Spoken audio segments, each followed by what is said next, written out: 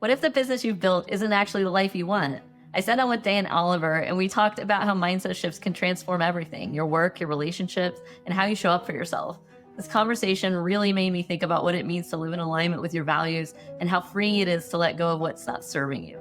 It's powerful stuff that will leave you questioning what you truly want. Welcome to Seekers and Shifters, where we talk to the world's foremost experts in personal growth and development and ask them everything we really want to know. Hey, welcome to Seekers and Shifters. I'm your host, Michelle, and I am here with my friend and my colleague, Dan Oliver. Dan, do you want to introduce yourself to the listeners? Yeah. Hey, everybody. I'm Dan Oliver. I'm a coach. I mostly work with business owners and tend to focus on mindset related things with those business owners. And also have been working with Michelle for a while with her clients and having a great time doing that. Yeah, so we coach entrepreneurs and we focus on their mindset a lot. We both deal in strategy and mindset. I know that, I figured out a long time ago that it was really hard to help people execute on the strategic plans if there was stuff that was off with their mindset or stuff that was freaking them out. What was it about mindset coaching for you that attracted you to that area of coaching originally? So I started just general business coaching as an E-Myth coach. And I found that in every conversation, there was always, whether it's an employee issue, a money issue, a strategy issue, there's always two sides. There's always the strategy side, and that's sort of like talking about delegation and good practices in business. And then there's the mindset side. And I found more and more that I wanted to be on that side. I love to be in that space with people. I often say one of the things I love about business is that it brings up our stuff. And so when our stuff is triggered, it's an opportunity to work through it, to let it go, to grow as humans, to grow in our business and our professional lives. So that's the part of it that I love the most, actually helping people make big shifts in their lives and businesses. And same for me. I mean, I really feel like it's almost like the business strategy is kind of a gateway drug. And it's like we stick the pill in the apples. So these people, sometimes it's like people are like, oh, Michelle, I want to come work with you to learn how to grow my business or make a lot more money or, get more leads or manage my staff or whatever. And it's like, yes, we're going to do that. But really what we're going to do is guide you in a personal transformation that is going to allow you to become the person that you need to become in order to handle and sustain doing all those things. Or maybe figure out that like you don't really want to do any of those things, which is also fine, right? I mean, how do you feel about it, Dan, when you have clients who kind of, after doing mindset work, come to the conclusion that they don't really even want to own a business? I love it, man. I love it.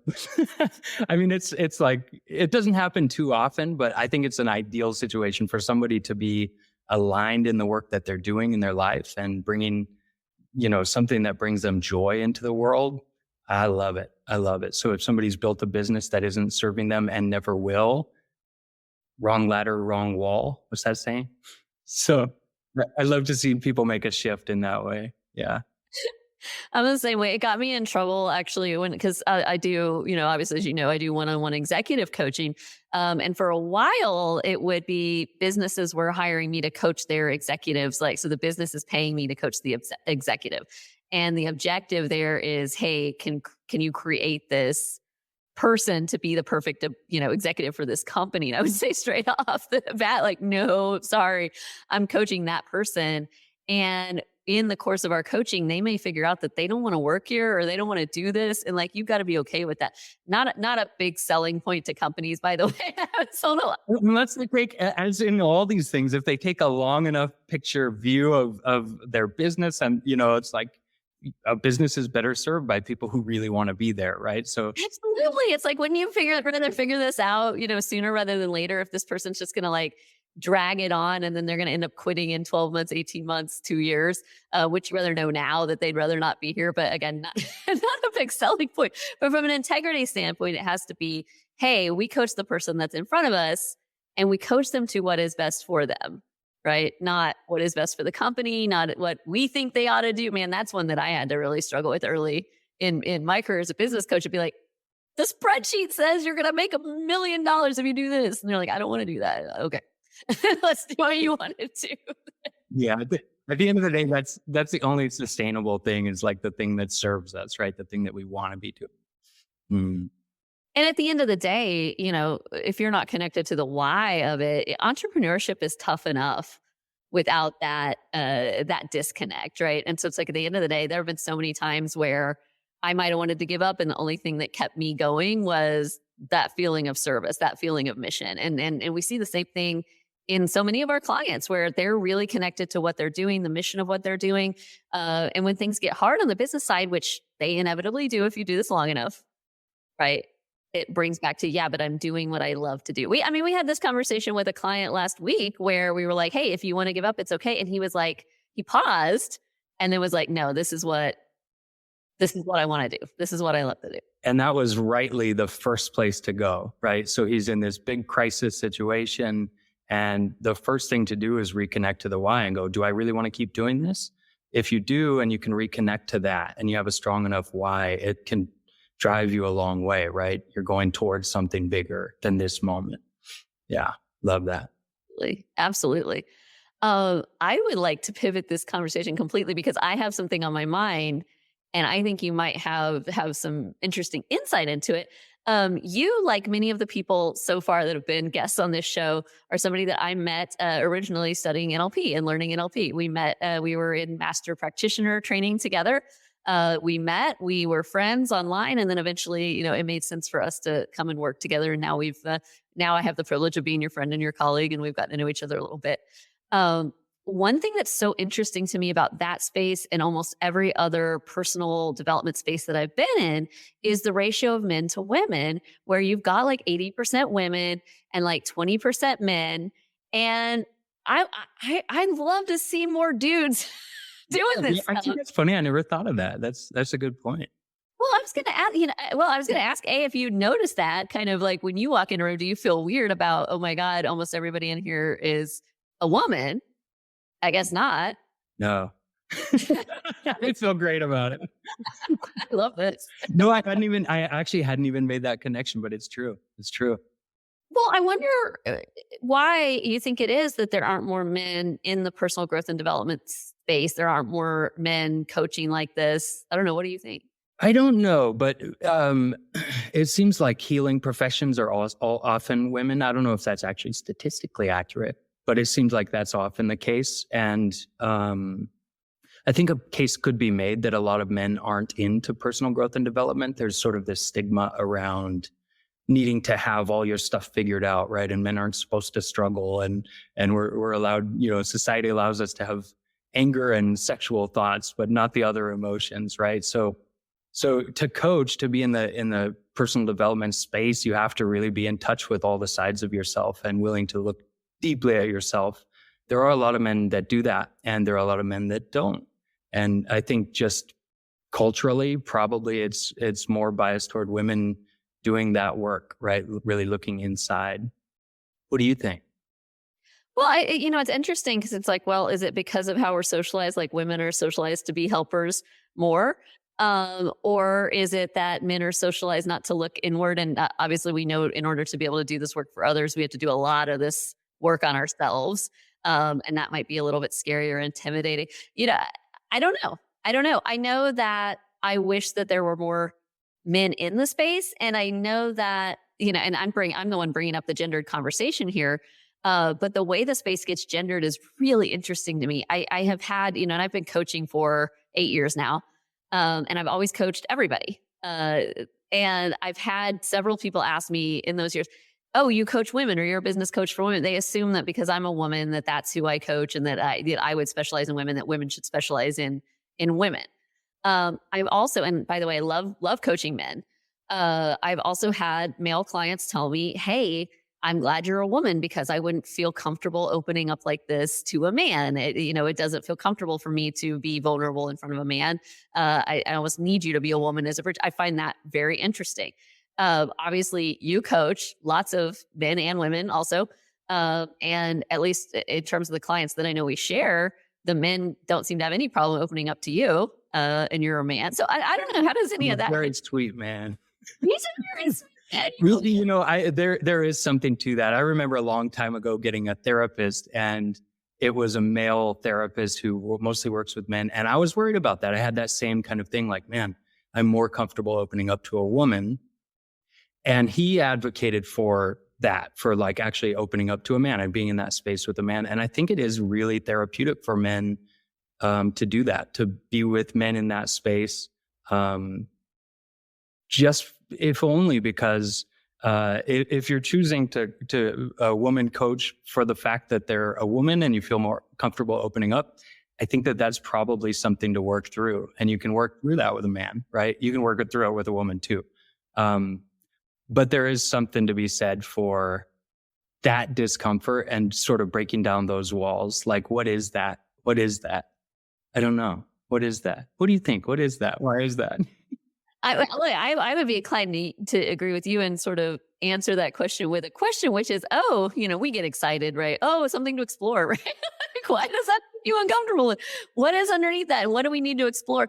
And obviously, in order to do our work, we have to be able to create a sense of safety with a client and a sense of rapport with a client. And if somebody is so lit up on the same gender or the opposite gender or a specific gender that they can't get there, okay, we gotta meet somebody where they are. We gotta start where they are. And I do think it's a worthwhile thing to explore. I think it's really important to the point where, and I come out of queer spaces, right? Where gender, especially these past few years, it's like gender is a construct, gender's not even a thing, and then you go into the more traditional personal growth and development space, and gender is most certainly a thing. And people talk a lot about masculine and feminine energy, and people talk about a lot about biological realities of men versus women. It's been really interesting for me to float between those spaces where the ideas are so completely different. I'm the kind of person personally that when I go get a massage and they're like, do you have a gender preference? I'm like, why would I have a gender preference? Like, I want a massage, you know what I mean? And I have to remember that for other people, there's a lot that's really, really loaded into gender, especially people who are straight and have come up in heteronormative spaces, or people who have come up in spaces where gender roles are really defined, maybe religious spaces and things like that. They feel men and women are very different, and I'm going to have a very different experience. I don't know. What I see is masculine and feminine energy, and I think those are very important things to talk about. But I see those as being energies that all of us have, and that all of us ought to be working toward balancing. Yeah. Well, that's when I say I'm a sweet man. Really, that's that's what I'm getting at. Is right. Like, I think I'm fairly balanced. I've done a lot of work, and I do bring a fair amount of that into especially an intimate coaching space. Right. Some coaching calls are more tactical, and some are really deep. And sometimes people cry, and sometimes people are working through really difficult things. And sort of being able to bring either energy as the situation demands is, I think, really important as a coach. And I think you're right. That's probably more the point that the people are talking about, who say, I'd rather work with a woman. I don't feel comfortable opening up with a man. There's some interesting stuff. I don't know if you've ever read No More Mr. Nice Guy. It's a great book for men. And it makes a case about, in the Industrial Revolution, culturally, we shifted from, boys growing up working with dad and grandpa on the farm. And then, when dad started going away to factories and working, boys had less and less contact with dad. Most teachers are women. So boys growing up into men, there's just less contact with other men. And I think that is part of what we're talking about here. Those men who say, I don't feel comfortable opening up to a man. I think that is kind of a rejection, maybe of the masculine, or some discomfort with the masculine, right? With that presence and feeling like I can't be soft and open and vulnerable with a masculine person. Absolutely. And I'll tell you, the men that I've coached that have felt that way, and this is a lot of men, they have backgrounds that back it up. They had a dad who was really hard on them, often abusive, in terms of man up, suck it up. You're not allowed to have any emotions. They were, if not dad or brothers, they would be teased by other boys, or bullied by other boys. And there's a culture of masculinity where if you show emotion, you are weak, and that is kind of socialized out of men. That's so sad to me. I'm a mom of boys as well. right? So I look at that from multiple angles, but I do feel like it's just now in the generation, our generation, where we're parenting our boys now. Are we saying in any kind of aggregate sense to boys, hey, it's okay to show emotion? Yeah. Yeah. I think it is correcting culturally. But it's totally true. It's sort of like I said earlier, men are allowed anger. Anger is the known one, right? Men can have anger. And we can be super hypersexual, right? Theoretically, culturally, sort of that's the expectation. But there's the whole spectrum of human emotion and being a person that can be messy, that can be trying, and that can be really incredible when you can start to embrace all parts of yourself and go, hey, I am this. I'm angry, and under that, I'm also this. I'm sad. I'm hurt. Um, yeah, I think it's really important to start to open those things up and get in touch with our full selves. And there's a kind of a dichotomy emerging in my mind as we talk about this, because one of the things that's so interesting as we delve into coaching, right? First of all, we love this because everybody we work with is an individual. They're unique. They're beautiful in their own way. They have their own perspectives. They have their own experiences. They're bringing their own worldview and background to the table, and they're hitting sometimes the same material, sometimes different material. We coach entrepreneurs, so a lot of times it's all these different, unique, beautiful flowers of individual people, snowflakes, hitting the same kind of material that brings the same stuff up. That's interesting. But there's also this interesting thing when we really delve into the kind of release coaching that we do, where it's like, man, we're really the same. When we get into core wounds, they'll kind of joke, or maybe it's not a joke. Oh, there's 5 core wounds, right? It's I'm too much. I'm not enough. I'm not good enough. Whatever. And it's like when you dive in with like anybody, me and you included, right? We get to a what we call a greater problem or a core wound that's very similar to everybody else's. Yeah. Yeah. Yeah. We're all Yeah. humans How do you having, reconcile those two truths? restate the truths for me. that we're all unique and Restate special them. in a way. Yeah. And at the core, we're all dealing with the same core wounds. Oh, interesting. Well, I think we all have different backgrounds. We all have different experiences, right? Even twins can grow up and have different experiences. It's what we do with the experiences. It's what we, how it makes it through our filters. So we're all uniquely different, and we're all having a human experience, right? Like there are commonalities in the human experience of wounds and hurts and things that hurt too bad to really process at the time, things that wound us for a long time. And years later, those things come up in various ways, right? Like you said, it's some of the same material can bring up different things for different people, but a lot of it does track back to some of the same wounds. From a coaching perspective, I try really hard not to hold that too much, because I think there's something pretty magical and necessary in somebody discovering their things for themselves, right? So it's sort of like I can guide them. And sometimes I have my idea about what's going on, but at the end of the day, they've got to come to that realization, right? So I can get curious. I can hold the space for them to feel safe to open up about it and to sort of dive into their stuff. And at the end of the day, they've got to connect it and go, oh, that's what's like, this thing is really affecting me out here. Absolutely. And it doesn't work unless they connect it for themselves, or we connect it for ourselves when we're the ones being coached. And it can be trying sometimes as a coach, because you do hear the same patterns over and over and over. And I know you're so much more patient than you're a sweet man. I'm an aggressive woman. There are times when I just want to be like, okay, like, so which one of your parents was an alcoholic? And you see me do this, and they're like, how did you know? Right. Yeah, you Like, are very good at it. that you connect that for yourself. Yeah, you're really good at getting to those like deep connections really fast. Yeah. I don't know if it's patience for me or what, but I love the exploration. Like I love just holding space for a person to be in their stuff and discover themselves and come closer to themselves. I love that. Love it. It's a lot of fun. It's beautiful. And, my favorite part of our work is when we see someone have that shift because they react differently to the same stimulus. So the same thing will happen, externally in their life that maybe happened 6 months ago or a year ago, and how they handle it and react to it is totally differently. Maybe a year ago, they got completely spun up and it was ruining their life. And now they're just like, oh, it's a Tuesday. And we see them get stronger and stronger with their mindset. To me, that's just the coolest thing. It's amazing. I have a client right now who's going through some really tough stuff. And in our call last week, he was like, honestly, I feel pretty peaceful. Like, I've got to deal with it.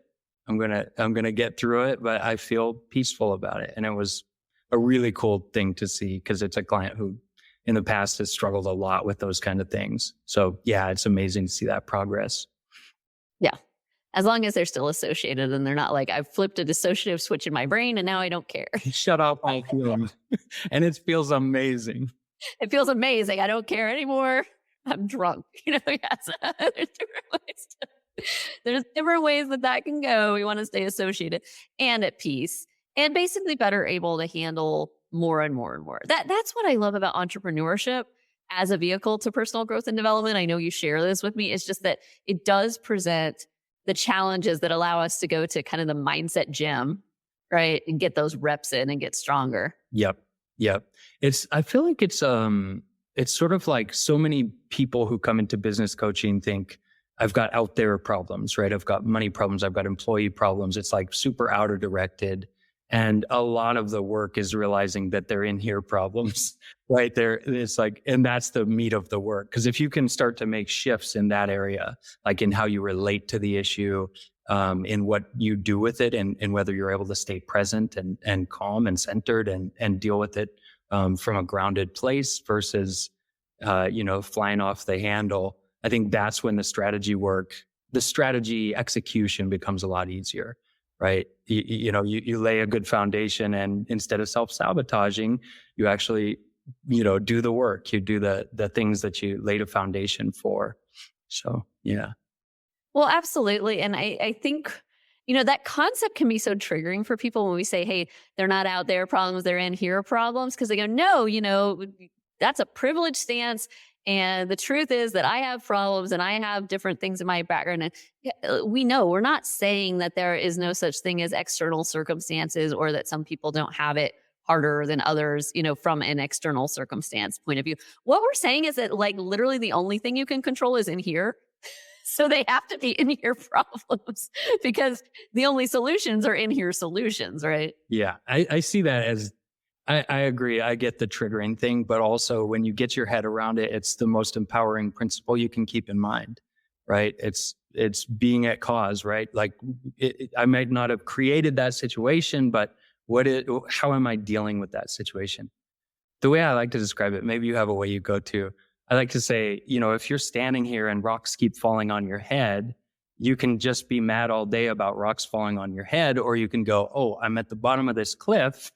There are rocks falling off of this cliff, so maybe I should choose to stand in a different place.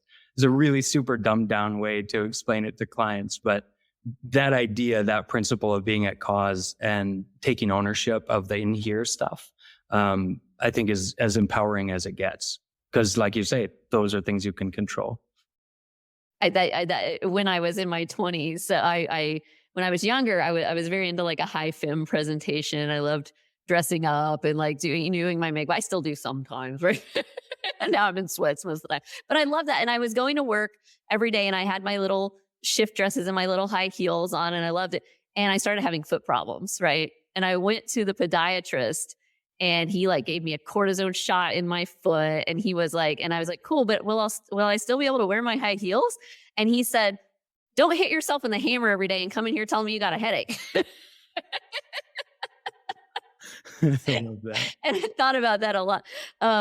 The Oklahoma way we say that, this is for my mom. If my mom is happening to listen to this, because she told me this the whole time I was growing up, she would say, you have the same pants to get glad in, which means if you're sad or you're mad, you have the same pants to get glad in. And so now we'll just say to each other, same pants, right? You got the same pants. Whether or not you should have those pants or somebody else has better pants or different pants, it doesn't matter. Your pants are your pants, right? How do we get glad in our pants? I figured you'd like that.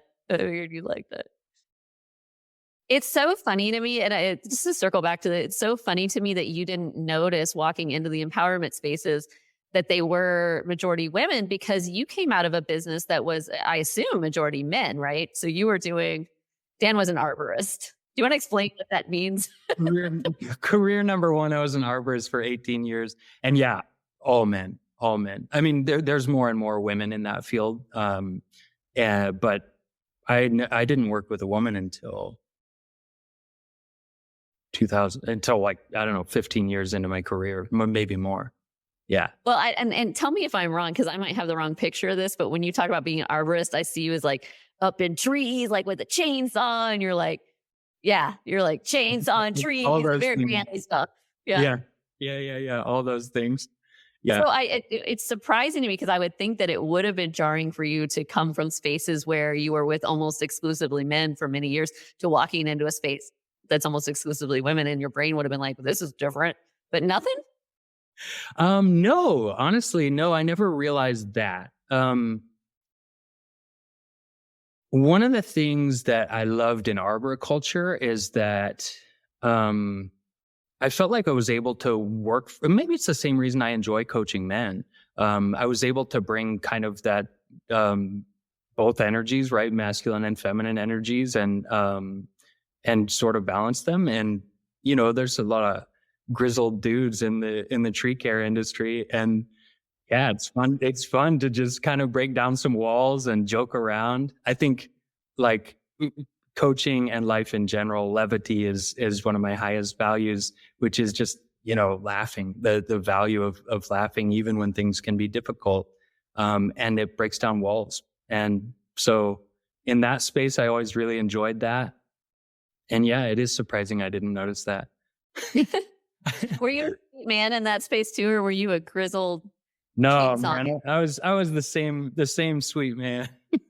I mean, I had more sawdust on me and dirt, but no, I mean, I always loved working with dudes who are former Marines and don't joke around too much and just making them laugh and making light of that stuff. And I made some really deep and incredible friendships with incredible people in that field. From that, right? From just kind of breaking down some of those walls and joking around and having fun. Man, I used to laugh a ton doing that work. So fun. It's so fun. Did any of those guys follow you into your coaching career? Like, did any of them end up becoming coaching clients ever? One, yeah, actually one guy that I used to work for, we did a coaching engagement for a while. Yeah. And I think that's the only one that comes to mind right now. Well, the reason I ask is because I think for a lot of people who have become coaches, like you and I, we had other careers, we did other things, and we came to coaching eventually. And as you're kind of hitting the market with that, there's a little bit of like, well, why you? Or whether that's real or whether that's perceived, we need to come out and say, hey, I'm a coach now. This is what I do. This is why I do it. This is who I work with. And there are going to be people that are like, oh my God, cool. Like, you're amazing for that. And can I sign up with you? And then there are going to be other people that are like, wait, what? Like, what are you, you're taking a hard left. What are you doing? And I think that's something that every coach has to reconcile. I will say what I'm happy about is in the last few years, coaching has begun to be taken more seriously as a profession, as a job. I feel like 10 years ago, it was almost seen as, oh, you're a life coach. Like, that's what you do when you give up on your on your regular career. Well, I when I first heard about this is only 5-6 years ago, maybe I heard about coaching a little bit, and I just thought it was a total joke. I didn't know anything about it, but I just thought, man, What shifted you on that? I had an experience one summer with a good friend. This is like early COVID, a good friend who was going through some really, really difficult depression and just having a hard time in his life. I was able to go and spend about a month with him that summer, working remotely. And I came away from that experience feeling like, man, I loved that, right? Like, it was hard to see a friend in pain, but I loved holding space for him. I loved him being able to cry, to like sob in front of me and to hold space for him to do that. I had no idea about coaching really, but I came away from that experience and was like, man, I want to work in that space more. I want to work with people on a deep level like that. and considered becoming a therapist, and decided that's a lot of schooling. I may go that route at some point, but that's when I started to go, what is this coaching thing? And then happened to see a job opening for a business coach and got the job and just absolutely loved it. I always say it's the closest thing I've found to my path so far. Yeah, I love it. And you are a phenomenal coach, and I love coaching with you. And that story is a little bit like Neil's chalkboard to me in terms of like people that have never coached before can just answer a wanted ad for a business coach, and they're like, "Sure, come on." It's just like, Well, they were looking. I owned a business in the past, and so they were looking at the business experience and the coaching experience. there were some qualifications Yeah, prior to being hired. Okay, that makes me feel a little and a lot of training. But yeah, that was where like and if you look at that origin story, right? Like liking to be in that deep space with people, it makes sense that I've kind of funneled further and further into the mindset work, because that's where you start to make shifts on that level and work at that level. Yeah, absolutely. I was going to ask you how you got from there to, meeting me in NLP class. Like what turned you on to NLP? Um, Around the time that I found or that I got into coaching, I had a friend who was a coach and was a huge help to me in sort of like laying some goals and setting up some vision for the future. And she happened to have an NLP background and couldn't describe it to me what it is. I still can't describe what it is. I wanted to meet the person who can really describe what it is.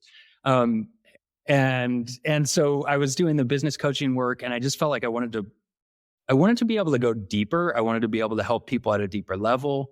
And the things that I was having access to were just not enough. It was more like awareness. It was more like talking. And so I happened to sign up for Empowerment Inc.'s integrative NLP program and just loved it. It made huge difference in my life, with some things I was struggling with at the time. Actually, maybe you'll get a kick out of this. When I did Master Prac, I talked to someone there, and I was like, man, I still don't know if I really buy all this, like if this NLP stuff really works. And the woman was like, yeah, I get that. What did you do your things on, like the processes on in integrative in Prac? And I said, oh yeah, I guess I don't have those problems anymore. Like there's some things that at the time I was struggling with really deeply, and I did some release work there on them, and it was hugely impactful. But like with a lot of release work, it's like, did that help? I think it helped. I don't know. I think it helped. And then, like you said earlier, right? It's in the proof is in the pudding, right? In the results that you're getting. Like, how do you handle the thing when it comes up the next time? So that was a good realization for me. Like, this stuff really does work. It's powerful work. And yeah, I love it. I'm curious how you got into it too. It's funny. I told this story on an episode that I don't think has come out yet. A couple of weeks ago when I was recording with our friend Mo. Mo got me into it. I always was interested in it and wanted to learn. It was kind of on the back of my like, oh, one day I would like to learn that or learn more about that. Both as somebody who worked in politics for a long time and as a coach and just a general student of influence, somebody who teaches a lot of sales. There's a lot of intersections where I would hear about NLP and how NLP could be helpful, in sales, in management, in politics, in business. Oh yeah, I'd love to learn that sometime. I'd love to learn more about that.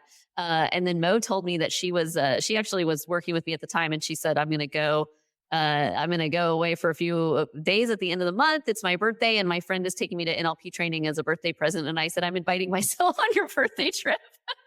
We did. Yeah. So that's how I got into it. And then, because I'm a nerd, once I got into it, I wanted to learn all of it. So I went Prac, I went Master Prac, I went to trainers training, became a certified trainer of NLP, a lot of training within the span of about a calendar year. To where I was all the way certified. And now, as you know, we're working on starting to put together some of our own trainings in the fall, because I do, and I'm going to be careful what I say here in a public forum. But anytime I'm in somebody else's training, there are things where I say, oh, I really appreciate how they're doing this and that. And then there are things where I'm like, oh, this is how I would maybe want to do this differently. Maybe this is just the kind of bitch I am, is like, I'm going to put my own spin on stuff.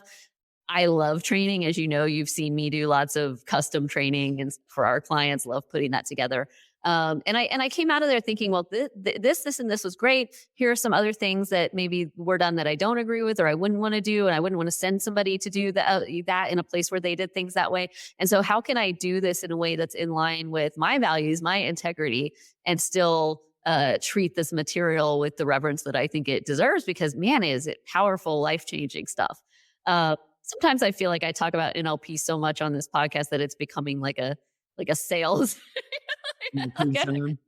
Yeah, like I'm just here to evangelize it. Like we work in other modalities as well, some of which are certainly equally powerful, and that I would evangelize just as much. We end up talking about NLP on this show a lot, just because a lot of the people that come in here, that's one of the commonalities that we have is a background in NLP. I think I could explain.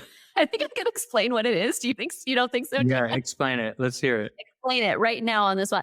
NLP, neuro-linguistic programming, is the language of the unconscious mind, in which we work with the programming subconsciously in your mind to shift things so that you have easily and effortlessly different outcomes and different results in your life. How to do?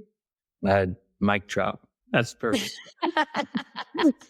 That's perfect. I'm always like, well, there's all these things we do, and like, yeah, the classic definition where people, define each of the three things, I think falls so short. But that was perfect. Record that. Look, this is, and here we'll give you a little free marketing advice here on the Seekers and Shifters podcast, which is not a business podcast, but sometimes we can't help it because that's what we do professionally, which is when you're talking about anything, it's always the outcome that you want to talk about, not the how. We call it hole, not drill, right? They're buying a hole in the wall. They're not buying the drill. And if you start talking about all the feature of the drill, you're going to lose them because they want a hole. Does it make a hole or not? Right? If somebody comes to an NLP coach, they want to change their life. They want to stop smoking. They want to stop overeating. They want to stop getting into terrible relationships over and over. They want to get better results in their business. They want to have a better relationship with their kids, something like that, right? There's an outcome. And it's, hey, we're going to shift what you're running unconsciously, the programs, the strategies that you're running at the unconscious level are creating this result, this outward symptom over and over and over in your life. And aren't you tired of that?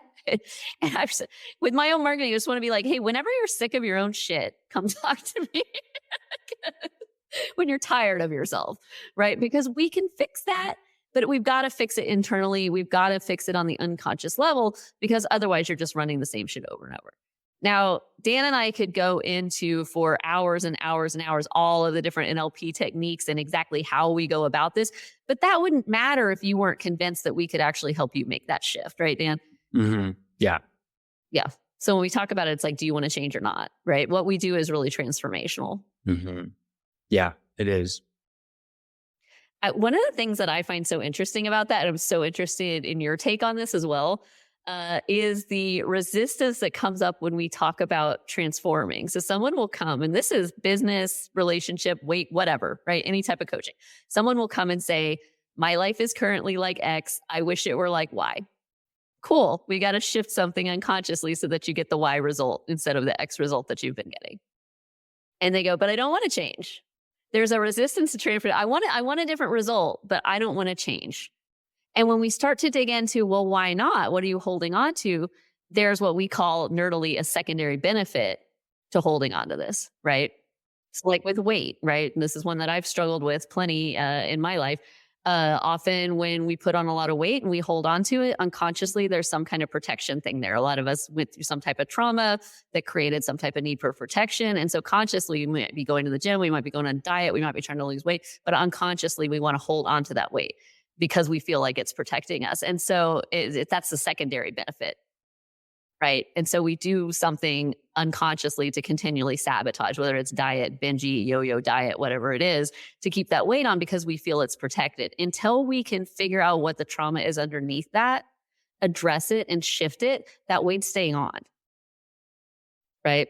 It's amazing to me how resistant people get to finding and shifting those traumas because it feels unsafe. Yeah. Yeah. Yeah. It's like all coping mechanisms, right? There's I forget the quote and who said it, but it's something along the lines of people are more comfortable in the familiar known than the unfamiliar unknown, something along those lines. And I think that's a lot of what's going on, right? We want to make a change, but we're comfortable where we are, right? There's something comfortable about even the painful places sometimes. Um, this analogy keeps coming up lately, of even after you do some release work, there's still, I always talk about it. I'm in Oregon, and there's a lot of places where you can still go, probably all over the country, where there's ruts still in the old dirt roads from the Oregon Trail. And I like to talk about that, right? Like, you have familiar ways of thinking that are easy to fall back into. And if you can do the release, it makes it a whole lot easier to create new patterns, to make huge shifts. And you need to continue to stay focused on the thing you're going after, on the thing you're trying to create, trying to do, so that you don't fall back into the old ruts, right? It's an easy way to go. It's a path of least resistance often. So yeah, I think seems connected to what you're saying as far as the patterns we can fall into and stay stuck in. Yeah, absolutely. And that's why we do integration work, right? So we do release work, and we get to the bottom of it. We release whatever it is, but then we need to, from the release work, we will set new goals, and we will create new habits, and we will start to immediately integrate the new habits that go toward the new goals until that becomes second nature, just like whatever you were doing before was second nature before. Because if you don't do that, right, like to your point, Dan, if you remove something, cool, what's going to fall right back into that hole, either the old thing or the new thing, right? So if we take something out, we release something, we got to put something new in its place, and we have to start working toward that habit. And this is why we're not trying to shift everything at once, although often that will be the result, which is always really interesting to me. It's like people will get into this, they'll do it with one thing in their life, and then it's almost like addictive. I mean, I think this is probably what happened to you. This is what happened to me, right? This is what happened to a lot of us that are personal growth junkies. We go, oh my God, once I've realized that I actually do have control and that I really am empowered to shift my own life and fix my own problems, and I do have what they call an internal locus of control in psychology. Hey, this is up to me. Then I go, oh my God, what else can I fix? What else can I fix? And then you get to the point where you have like, this dream life, and everyone goes, oh my God, you're so lucky. Everything in your life is so amazing. You go, bitch, I shifted this shit one thing at a time. I spent a lot of time doing it, right? Yeah. Yeah. Who worked for it? I always say, I'm huge into personal development, and I have to watch for fix-it energy, right? I have to watch for the energy behind the work that I'm doing. If I get too fix-it oriented, I get into this sort of cycle of reading and reading and reading and reading.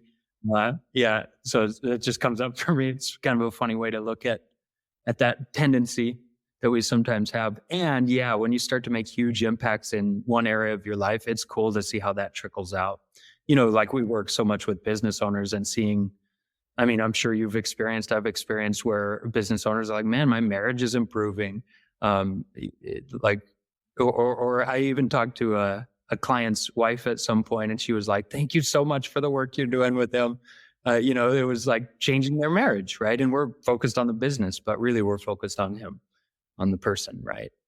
Well, and we've had the opposite happen too, where we've had people get divorced, a lot, sometimes to the point where there was one point where I paused. This is back in like 2018, 2019. And I was like, all of our clients are getting divorced. Are we doing bad things here? And this is business clients, right? You're a director.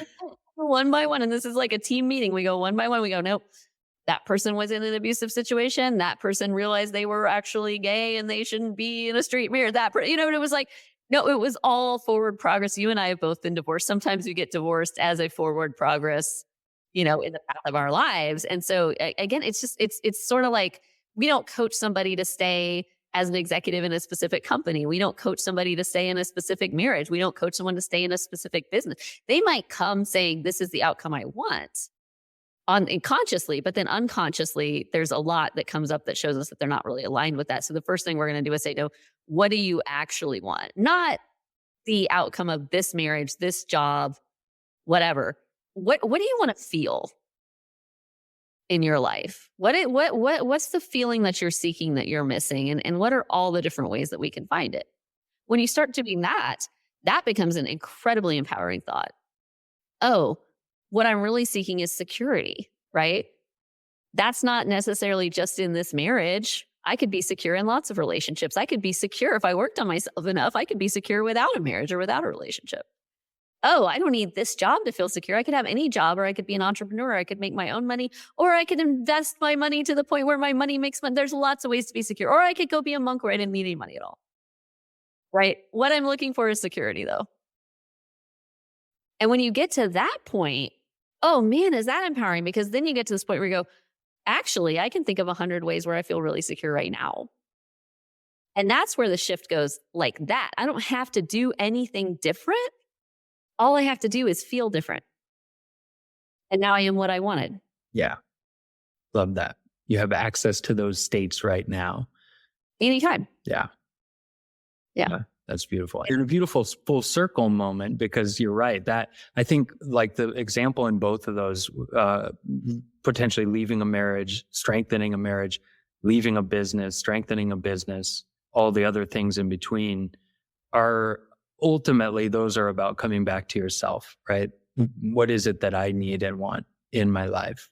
And having the courage to actually go after that thing, whether that's shutting down a business, whether it's growing a business, whether it's getting married or unmarried, whatever it is. I think that's the most inspiring thing to see clients do, take aligned action that is really aligned with who they want to be, and what they want to do. I think that's a really powerful thing to see. 100%. It's just, the question is, why do I want it?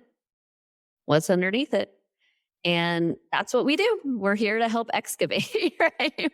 We're constantly excavating ourselves and our own shit with the help of our coaches and our friends. And we're here to help you guys excavate, as well. So if you want to find us, you've got stuff in the show notes that shows us where to find. DM us, like we're regular people. There's 53 people listening to this right now. We're not that hard to find. No, it's going to go viral, I'm sure.